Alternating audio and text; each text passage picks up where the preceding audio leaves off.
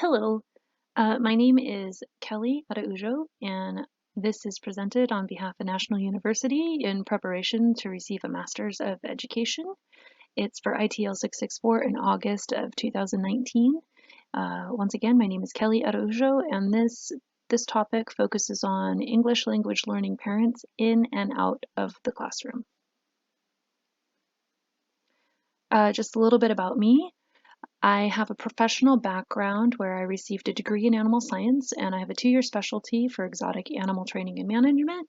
I've been working as an animal care specialist for the last 17 years and just received my credential in single subject science, biology. I would love to combine what I know from working with animals for so long into my classroom every day in order to engage my students.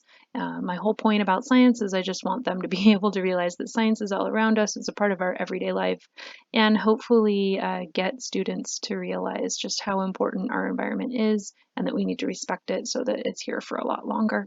I love creating enrichment. This picture on the side over here is a fire hose that has been turned into a toy. So I work with a group where we upscale or recycle fire hose into toys for animals, and it just gives them something enriching in their environment. They can choose to interact or not interact, but it gives them something different to do. So I really enjoy that.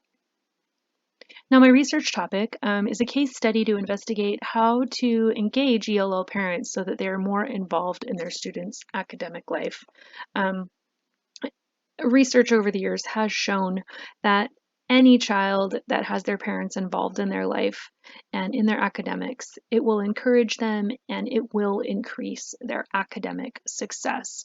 This can be seen in numerous different research papers I found while curating my lit review, and even something as simple. One study showed that something as simple as parents drawing a picture with their child of the activities they were doing that weekend, just spending 15 or 20 minutes drawing a picture, and then taking that picture to school, and having a teacher translate it, resulted in those students having better English language learning skills. Their academic scores went up just due to that small activity.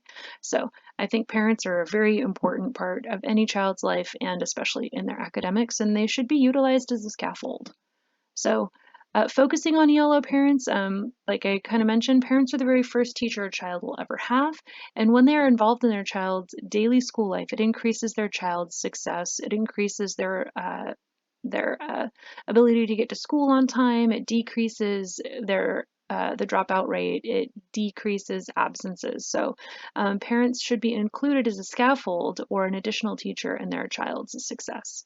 ELL parents face many daily challenges that can prevent them from being a part of their child's academics. This can be language and cultural barriers, finances, transportation, childcare, and then just overall in general, they may not feel comfortable accessing the school, the teacher, or the campus because they have a schedule that is different than that campus's schedule.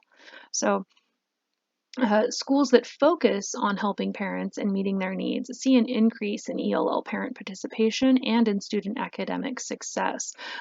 This study was done in '97 that I found while doing all my research, and it showed that just by having the campus open where parents could come and do child rearing classes, home economic classes, finances, so to speak, get their GED, or just learn about child development, or even take a class that was on level with their child's class. So they could take a class that was addressing the homework they would need to help with for first grade or second grade or third grade, increased their student success, and also the parents were now comfortable with that campus. And so it increased the parent participation and engagement on that campus. Now, my research questions I'd like to answer are: how can an ELL parent be encouraged to participate in student learning in and out of the classroom? I use the term ELL parent loosely because I think that so many times it's going to be an ELL family. There are oftentimes multi-generational families living in ELL communities, so I kind of think of it as whatever resources that child has at home as a steady influence in their life, whether it's a parent, a grandparent, a cousin, an older sister, these people that can help them learn and be academically successful. What role So my secondary questions: what role do ELL parents feel they should play, if any, to further their child's academic success? How can schools accommodate and assist ELL parents and give them equitable access to administration, the school campus, and teachers? And how much time do these parents feel they have to participate in the weekly academics of their child's life, whether at home or at school? Now, in order to investigate this, where ideally it would be in a ninth grade biology class at the San Diego Unified School District, it would be a qualitative survey. So this would be of the ELL parent or family and an engagement survey to see how we can best help them. I think that what I want to do with this one is find out how can the school help these parents? Instead of what can the parents do for the school, what can the school do for the parents? So um, this could be turned into a quantitative study if data was collected the year before the study was done, and then data was collected after the study was done, and any policies were changed or tactics were taken, strategies were put in place in order to increase their success for engagement after that survey was done. So the methodology would be a written or a spoken survey of the ELL parent in their native language. Participants would be ELL and non-ELL parents to analyze for differences and commonalities between.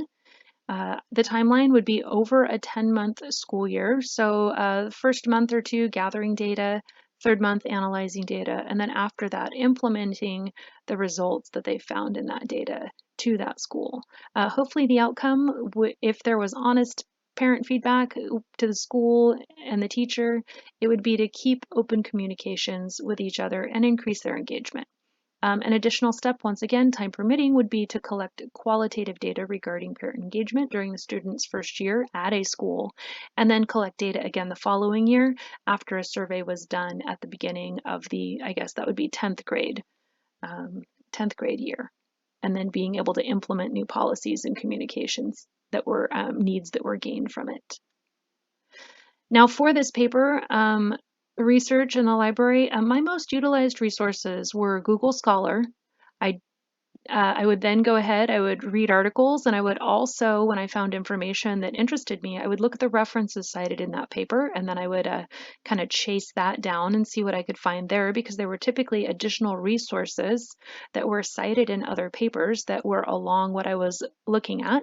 And then the NU library was great because it gave me database access. Whatever article I found on Google Scholar was often on ERIC or ProQuest or some other database host, and being able to do my single sign-on through NU Library gave me access to those articles through the database. That was super critical.